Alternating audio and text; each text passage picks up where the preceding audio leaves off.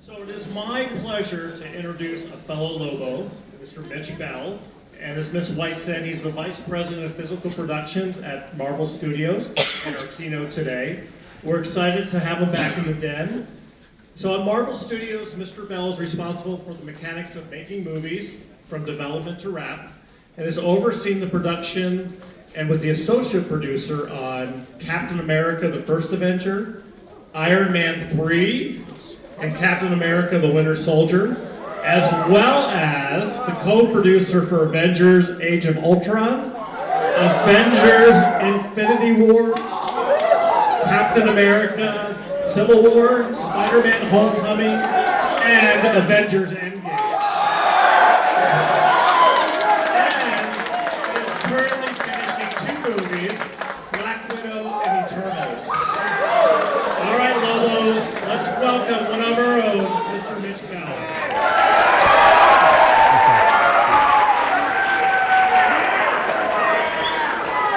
Okay, how's everybody doing? Good? Okay, so how many here have seen one of these movies, the Marvel Universe movies? How about more than one? All of them. You should all be raising your hand on that, come on. All right, so as they said, my name is Mitch Bell. I'm class of '84, Lobo. I had a great time here, as I'm sure you guys are as well too. Big fan of Rocky Mountain, big fan of Fort Collins. I went to CSU after I graduated from Rocky Mountain. One thing that I want to talk to you about, actually several things to talk about today, is about my career path, how I kind of got through what I did and got to where I am, and maybe get some advice, if I can, as to what I think got me there and what I think you guys could do as well too in order to get to where you want to go. I don't care if it's entertainment industry, I don't care if it's engineering, medicine, anything you want to do. What I'm hopefully going to tell you will I think transcend all those industries, okay?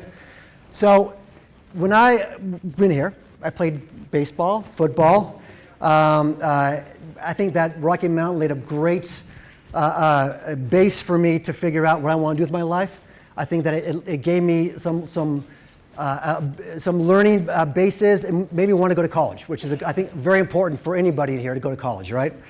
I think that when I went to CSU, I had applied to a bunch of different colleges, accepted to probably half of them, but wound up going to CSU. They had a great business school at the time, and I originally thought that I'd be marketing. I thought my goal was marketing, maybe advertising when I graduated, took some film classes in school, graduated, and had no idea what I wanted to do, which is okay. You guys will too. You guys will graduate and you think you have a plan, and you'll sit there and you go, okay, how do I get from here to there? I had no idea. One thing that you guys should remember is that don't do what I did, which was basically nothing. Tap into the resources, tap into counselors, tap into groups, go to the internet, learn, do whatever you can, because that's the first step. That first step to figure out where you want to go next is the hardest one. Fortunately for me, my sister was in Los Angeles at the time, called me up. She was a costume designer for TV shows, and she called me and said, get your ass out here, excuse my language. I got a job for you. So I moved out there. I got an interview at Ron Howard's company, which is Imagine's Films. And fortunately, I walked in there, showed a good personality, positive work ethic, made sure that when I went in there that they wanted to work with me. That's something you should learn right now when you go to interviews. Having knowledge is great. Having experience is fantastic. Those two things put together with a positive attitude and a good personality will get you the job. You don't walk in there, and even if you have the most experience in the world, you don't want to think that you have the job no matter what. You have to, if I'm going to be interviewing somebody, and this person has got more experience than this person, but this person really wants to be here and shows it and talks about it and is excited about it, and this person's not, I'm hiring this person. So remember that too. It's about what you know, but it's also about you and your personality. That gets you your next job. Hard work gets you your next job. I started off at Imagine Films for a couple of years. my first job was at Imagine Films. Worked on a few movies there. This is where I kind of learned what I wanted to do. I moved out there just because I got a job. Didn't really know much about the movie industry, but started working there, and as soon as I started working on these movies and I saw that I can make written words spring to life, and I can in my head visualize something and put it on a screen, I was in love. I didn't want to do anything else. This to me was the best thing in the world. If you don't know what you want to do with your life, that's fine. You will figure it out. You will. But choose something. Choose some goals. Choose some direction. Go somewhere. If it's the wrong choice, you can change. But pick something. And then you may find out that you love what you're doing. Or you may find that you hate what you're doing and you pick something else. But it's all about committing and doing hard work. Every job that you get should be the most important job to you. That's how you prove yourself. I don't care if you are working at Starbucks or if you're working at a bank. If you show up every day and have a positive attitude and show the people above you that you want to be there and that you are doing a good job, it'll get noticed. I got noticed. I worked with some producers after these movies that brought me along with them. I hooked up with some producers that saw my hard work. I would show up before call. I would stay there after call. I would ask for more responsibilities and was able to be taken along with some good producers that basically advanced my career. Again, even when I was in the midst of this career, this one, I left Imagine Films and went freelance, which means that basically I was now a gun for hire. At Imagine, I was a corporate employee. I got a paycheck every week from Imagine Films, but I wanted to make movies. I found out I love doing that. So I left Imagine Films, worked with some producers that I had met at Imagine, worked on some features, and that's what I did for the first 10 years. Traveled the world. I did Tears of the Sun in Hawaii. I was in Hawaii for a full year working on a movie, which was ridiculous. Ali, I went to Africa on Ali. Went to Mozambique to film. Amazing. Great experience. I worked my way up the ladder, worked hard, got noticed. Eventually, I'm tired of traveling. I don't want to travel so much. So, what I'll do? I'll do TV. TV's in town. I'll do TV. Again, I had been in LA for a long time, met a lot of people, so I knew producers in TV as well too. So it's all about who you know as well too. Meet any industry that you go into, meet everyone you possibly can, because that'll be your next job. I called them up. You got anything going on? So I started working in TV next. Did a few shows there, worked with Stephen Bochco for a while, which was a great experience as well too. And again, did this for like 6-7 years. TV is different from features, whereas it's a grind, it's a harder thing to do. If you're interested in doing entertainment industry, I recommend features first because TV is tough. You are working long hours and you are always prepping, shooting, and wrapping at the same time. Great experience, a great place to learn what you're doing. I did every job possible on a movie set. Grip, electrician, camera, the production office. I learned every position, which again, recommendation, whatever you do, learn everyone's job. Now as a producer and as the boss, I know what everyone's doing. I know that grip over there shouldn't be there. I know this piece of equipment here shouldn't be there. So it helps to work your way up from the bottom. Don't be afraid of hard work, and don't be afraid of taking a position in entry level. That's how you learn. That's how you get noticed. So I was in TV for a while, and decided, you know what? Even that was traveling. I was in Portland, Oregon, doing a TV show, and my second child had been born. I didn't want to travel even anymore again, and so what can I do now? I'll do corporate. Corporate doesn't travel. I knew friends at Marvel Studios. They were looking for a VP of production. Fortunately, I walked in, knew everyone in the room, and got the job. Again, because being around long enough and meeting more people, it happens. That's how you get your jobs. So I started back on Iron Man 2. I came in and Marvel had only shot of the first Iron Man and Hulk. And Iron Man 2 was the next one up. Didn't really see the future of this, I thought, this is cool, I'm making comic books into movies. It's a crazy job. I'm getting paid to turn a comic book into a movie. That's insane. But it was amazing. Every movie we made just got bigger. We got more fans. We got, domestically in the US, people loved us. Internationally, it was a little harder. But every movie, we picked up more. And it just kept growing and growing. And I think now we've gone to a point where it is a studio that has never done anything like this in Hollywood. Our first 23 movies have all been #1. The lowest we've made on any movie is, I think the first Captain America was about $300 million. The most we made is Endgame. It's the record now. It beat Avatar. Yay, finally. Over $2 billion. Now, the problem is Avatar will be re-released because the second Avatar is coming out, so they will beat us again, unfortunately. So we will have to re-release our movie again at some point to get that back.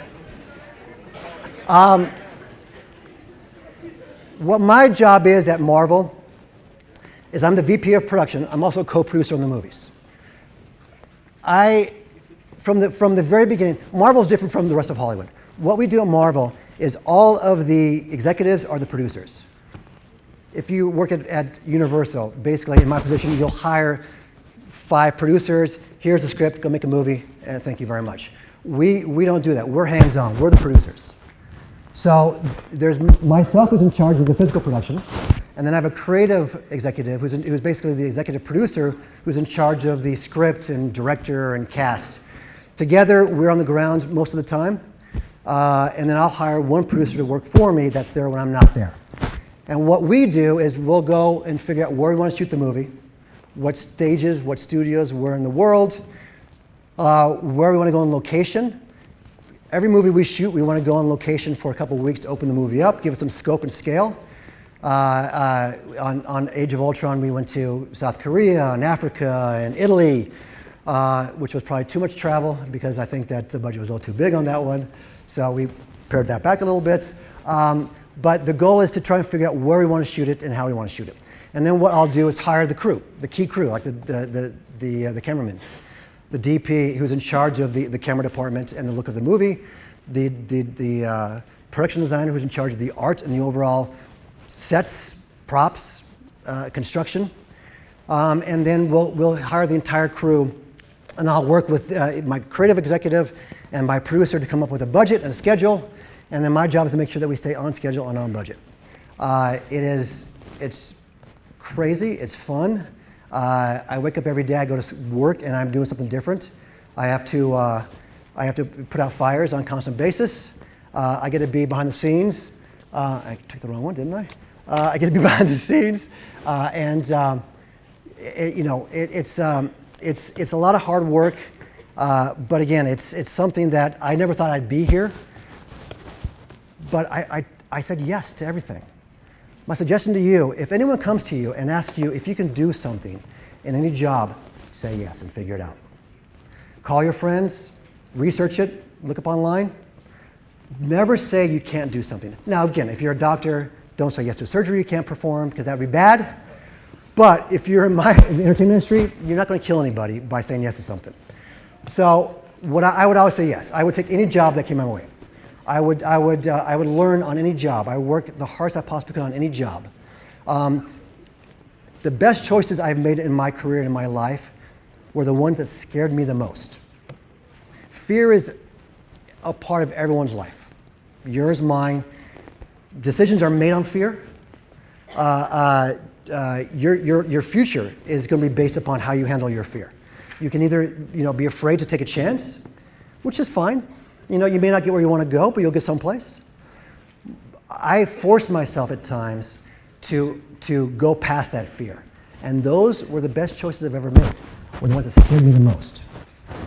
If you're ever faced with that decision and if something scares you, think about why it scares you and then pick it. The best advice I ever got.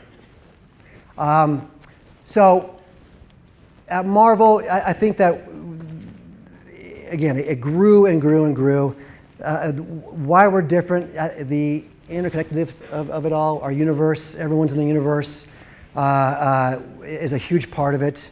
But we also realize too that we want to make fun movies. We don't want to do these dark, gritty, Nolan movies. The Batman movies were fantastic. I love those. Not every movie can be that. We want to be fun. I want you to walk out of a theater and I want you to go, that was a good time. If you say that, it's a win. If you walk out saying, oh, that was heavy, it's like, I don't really want heavy for me. I want entertaining. And I think that's what we do well. I think we have the comedy in our movies. I think that we have a great action in our movies, great visual effects. And also, amazingly enough, at Marvel Studios, which is shocking to me because I've been in Hollywood for a long time and seen a lot of egos, we have no egos. Kevin Feige, the president of Marvel Studios, is like you and me. I mean, all he wants to do is make a good movie. Everyone at Marvel, all we want to do is make good movies. Whatever you do in life, just want to do the best. Make something good. Decide to make something good. Don't decide just to show up. That's not work. And you clearly will not advance if you just show up. You got to show up and prove to everyone that you actually want to be there. And again, I don't care what job it is. Show that this is important to you. Your company will benefit. You will benefit. So the other thing I think about Marvel Studios too is that we were a very small company. There were probably about 15 of us that were doing these movies at the end of the day. We had security, we had IT, we had legal, but in terms of the creative and physical production aspect, we had 15 people. That's great. We're a family. It's fantastic. Disney bought us. Disney goes, you're making one movie a year. How about you make 2 movies a year? Oh, okay, we'll try that. You know what? Why don't you make 3 movies a year? Oh, okay, we'll try and do that. And now they're saying, how about 4 movies a year plus 4 streaming shows per year? So success is great. It's fantastic, but it's your friend. It can be your enemy as well too, because now we've had to expand our group, which is always scary, because if you have mojo going, you don't want to mess that mojo up, right? You don't want to bring in someone that can also throw everything off. So far, it's working out great. I think that the streaming shows look fantastic. I don't know if you watched the Super Bowl, but we had a commercial on for the Falcon Winter Soldier streaming show and the WandaVision and Loki. That's our next foray. Bob Iger, the CEO of Disney, this to him is his legacy, he believes. Not buying Marvel or Pixar or Lucas or Fox is his legacy. This is his legacy, Disney Plus. So we're fully invested as well too. We're going to give him as much as we can. We're doing our first cartoon called What If as well too on Disney Plus. We have 4 movies now per year.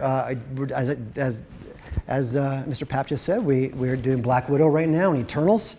I'm prepping Doctor Strange 2, Ant-Man 3. We're shooting a movie called Shang-Chi over in Australia right now. Shang-Chi in the comic books, he's called the Master of Kung Fu. So it's a Kung Fu superhero movie, which is going to be awesome. We have Thor 4 coming up.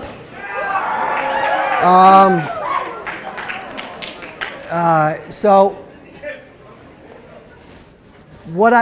part of my job too is making sure that this runs smoothly, right? We use a lot of CG, a lot of green screen. Robert, on the first Iron Man, he had his full costume. We made a full suit for him, and he couldn't even walk in it. It was awkward and it was horrible. Every movie he's gotten less because he hates it. So we eventually had a half body suit. Worked for one movie, and then we had to go on to just shoulder pads. Now, this is all he wears. There's markers. And from this, we're able to create an Iron Man costume over top of that. It's amazing. Visual effects these days has just grown by leaps and bounds. If you're thinking about a career, visual effects. Huge. There's not enough talent out there. There's not enough talent. The visual effects companies are begging for people to come work for them. It's like animation. It's 3D animation. I recommend you look into that if that's interesting to you. Oh, that's not good. We have the WandaVision TV show coming up. This was shot in Italy, like I talked about. It's amazing. You go to all these foreign countries, and you have these local crews that don't speak your language, and yet they all understand film. You go to Korea, They had no idea what they're saying, but they love movies, and they're hardworking, and they understand the language of film. It's amazing. Anywhere you go, you can find very talented crews. My suggestion is if you do want to get into movies, you got to go where the work is, right? Oh, another cool thing I want to say at Marvel, what makes us different as well too, we have our in-house artists. We have a group of now about 10 in-house artists that design all the costumes, some of the sets. They work with the costume designer for the hero costumes, and they're responsible for the look of the movie, more so than anything else. It's again, are you an illustrator? Go into this. There are so many different avenues to go into in movies. If you want to be a grip, a cameraman, awesome. If you want to be a writer, move to LA. Director, move to LA. If you want to be on the crew, move to Atlanta.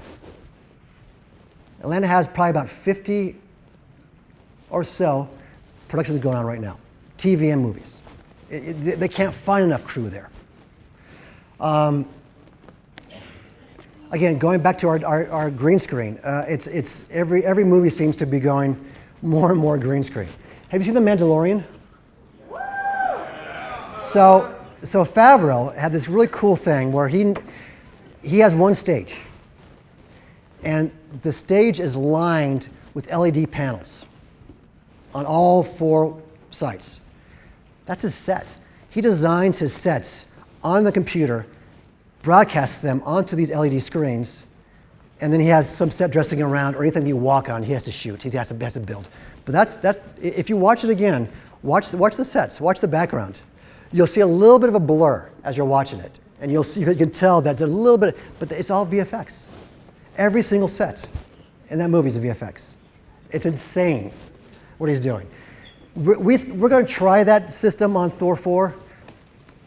The problem is for us, you have to plan way far in advance, and we haven't gotten to be that good yet, unfortunately, where we plan, but not that well. We're always behind the 8 ball. Our scripts are always late. We're never on time, so designing the sets way in advance is hard to do.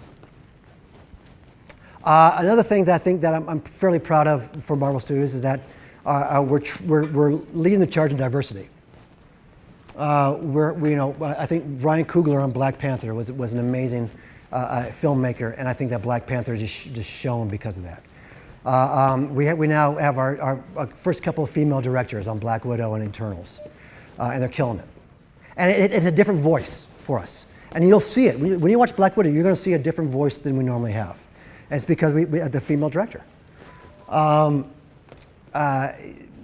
Everywhere we go in Atlanta, we work with the film schools.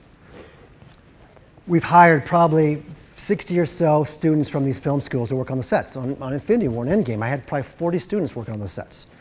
And I've hired them again after they've graduated as PAs and as second grips and second cameramen. So again, going back to, if this is what you want to do, go where the work is. They have film schools there that you can probably get through in a year. Again, I recommend college. That's what I did. But again, that's not everyone's path. Everyone's path is different. It really is. I spoke about this. You know, the entertainment industry has changed. The mid-range budget movies are no longer being put in theaters, which I think sucks, quite frankly. I love those movies, like the romantic comedies or the thrillers. The problem is the studios they're so risk averse, and the margins now, because DVDs are dead, is so small that they'll only do big movies, the tentpole movies. They'll do our movies, they'll do Lucas movies, they'll do the Bond movies, they'll do Mission Impossible. They won't do the smaller movies anymore. Those goes to Netflix. Netflix, Amazon, Hulu, they're getting the mid-range movies now. There's still a market for it. If that's what you want to do, there's never a better time than right now for content. If you want to be a writer, you could get something sold fairly quickly. If you go around to Apple Plus, Netflix, Hulu, Disney Plus, they only content. Just some more behind-the-scenes footage.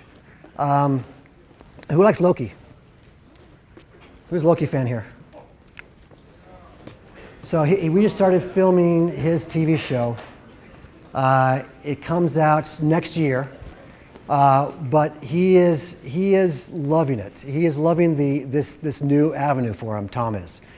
A lot of our cast was leery of our TV shows because when you're a feature actor, TV is a little beneath you.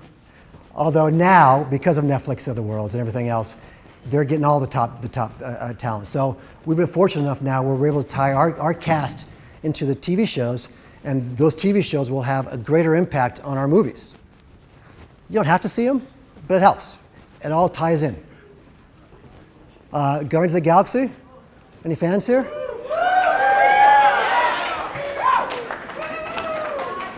So we got James Gunn back. He's back for the third one. Thankfully, I mean the whole kerfuffle with him was unfortunate, but he's excited about it. The script is fantastic. They start filming next year. This is my favorite part. I love this shot because I love the fact that you're an actor. We pay you a good amount of money, but we pay you to get in shape as well too. It's like, okay, Chris, go get buff. Here's a lot of money, Chris. Go get buff. We'll pay for your trainer and for your nutritionist. You go get in shape, but we'll pay you for that. It's like that's a crazy job. Come on. Peyton Reed's back for Ant-Man 3. The director. It's going to be a fun ride. SpiderMan 3 is going to be ridiculous. We're breaking that script right now.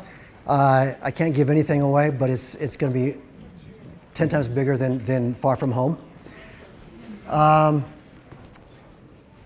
Again, Gamora, Tom Holland.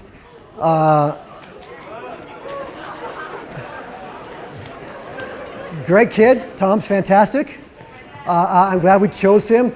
It's funny, when we were casting for Spider-Man, it's a complex story, but Sony owns the rights to Spider-Man. Back when Marvel, before they were a studio, they sold the rights off to all the studios in town. X-Men went to Fox, Spider-Man went to Sony. They have the rights to keep the Spider-Man in perpetuity as long as they make a movie every 6-7 years. We called them up after Amazing Spider-Man 2 and said, you know what, your movies are not good. We'll make it for you. Want nothing in return other than to be able to use Tom in our movies.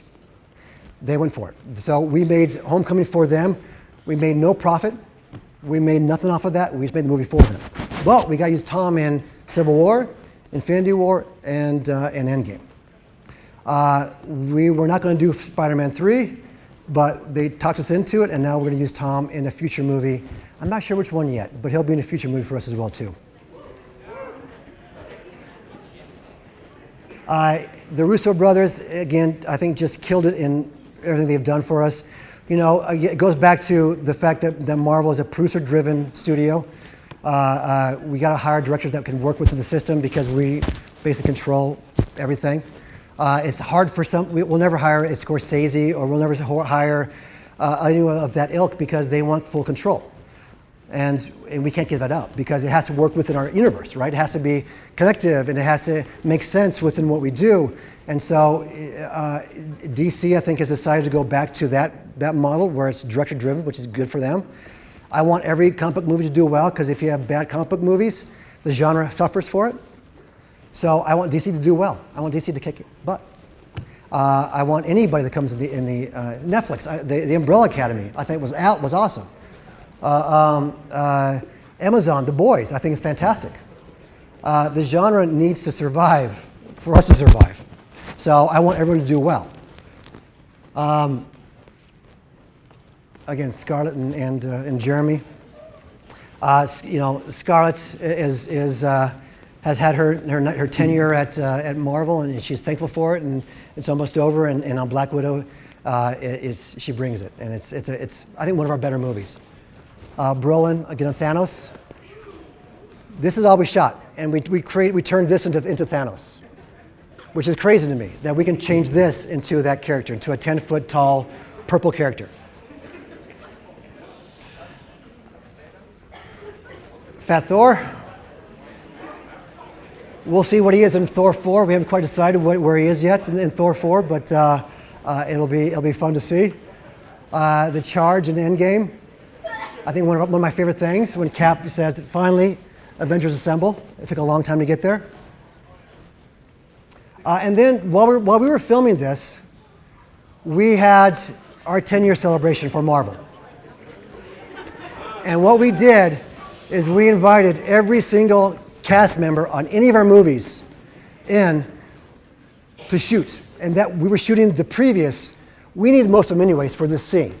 So at the same time we're shooting this, we shot basically we call it our class photo, which is every single class member and director got together for, I don't know if you've seen it online, but it's a gigantic photo of just every single cast member of every Marvel Studios movie. So we've been 10 years. This was the last shot on Endgame, with Robert saying thanks and goodbye. Again, you know, I think the actors have all loved being in the universe. They've hated it. They hate being typecast as that character, but once they leave, they miss it. I think Robert now is getting kind of melancholy about not being Iron Man anymore. And then the next one, as you saw, is Black Widow. Florence Pugh, who plays her sister, will take the mantle of Black Widow. You'll see how, but she shines in the movie. Thank you. Good man. Good man. Okay, wait.